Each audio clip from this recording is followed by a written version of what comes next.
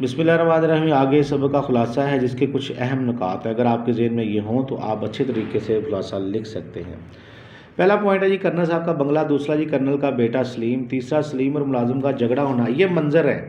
چوتھا منظر ہے ایک دیہاتی کا قصہ، پانچواں منظر ہے ماسٹر جی کا گاؤں پہنچنا، اسی دیہاتی کے قصے میں ماسٹر جی گاؤں پہنچے ہیں۔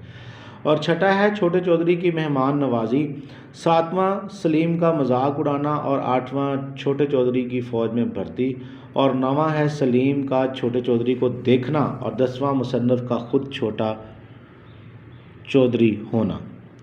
تو خلاصہ سٹارٹ ہوتا ہے۔ مصنف کرنل محمد خان چھاونی میں ایک وسیع اور اس بنگلے میں رہتے ہیں، دوسرے کرنیلوں کے مقابلے میں بالکل مختلف بنگلہ ہے۔ وسیع باغ ہے، پودے لگے ہوئے ہیں، انداز شاہانہ ہے، ساز و سامان موجود ہے، اور بنگلے کا کچھ ساز و سامان سیکنڈ ہینڈ ہے، کچھ قسطوں پر لیا گیا ہے، جیسے قالین، فریج، ٹی وی وغیرہ، ریڈیو۔ کرنل صاحب کا بیٹا سلیم نے اس نے تازہ میٹرک کیا ہے، وہ دن بھر بھی فکری سے بیڈمنٹن کھیلتا ہے۔ گھر کے بوڑھے ملازم علی بخش کو علاوہ کسی کو سلیم کے کمرے میں جانے کی اجازت نہیں ہے۔ سلیم کی غیر حاضری میں اس کا ایک دوست آتا ہے، تو وہ دوست کے ساتھ جو ہے وہ اس کا سلوک جو ہوتا ہے سلیم کا وہ کیسے کرتا ہے۔ علی بخش سلیم کو ڈانٹتا ہے کہ تم نے میرے دوست سے ایسا سلوک نہیں کیا۔ تو کرنل صاحب سوچتے ہیں کہ ایک پیالی پر یہ بات ختم ہو سکتی ہے۔ کرنل صاحب نے اپنے بیٹے سلیم اور ملازم علی بخش کو ایک دیہاتی کا قصہ سنانا شروع کر دیا۔ بتایا کہ ایک لڑکا اپنے گاؤں سے پرائمری پاس کرنے کے بعد شہر کے اسکول میں داخل ہوا تو اس کی کیا حالت تھی۔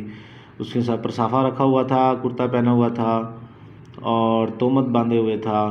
ماسٹر جی شلوار پہننے کو کہا تو اس نے بولا کہ شلوار تو لڑکیاں پہنتی ہیں، اور اسے چھوٹا چودھری کہا جاتا تھا۔ اس اسکول کے سیکنڈ ماسٹر کوٹ پتلون پہنتے تھے، ہر فقرے میں 2-3 لفظ انگریزی کے بولتے تھے۔ ایک دن وہ شکار کھیلتے کھیلتے چھوٹے چودھری کے جا پہنچے۔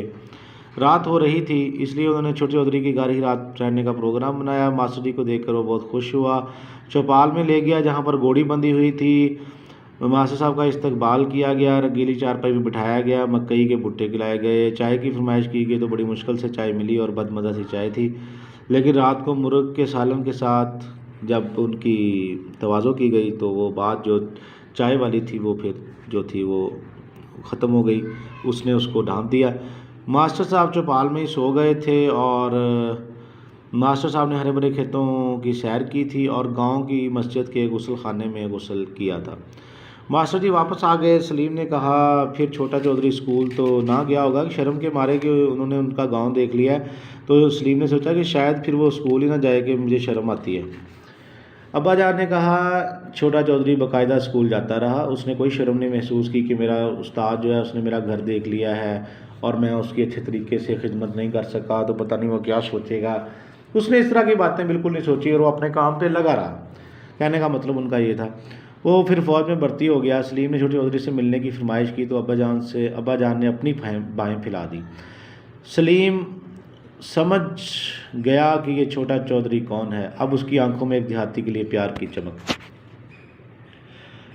اس سبق کے الفاظ معنی اور باقی جو ضروری چیزیں ہیں، مرکزی خیال وغیرہ خلاصہ، وہ میں نے آپ کو پکچر کے تھرو بھی آج میں نے بھیج دی ہے۔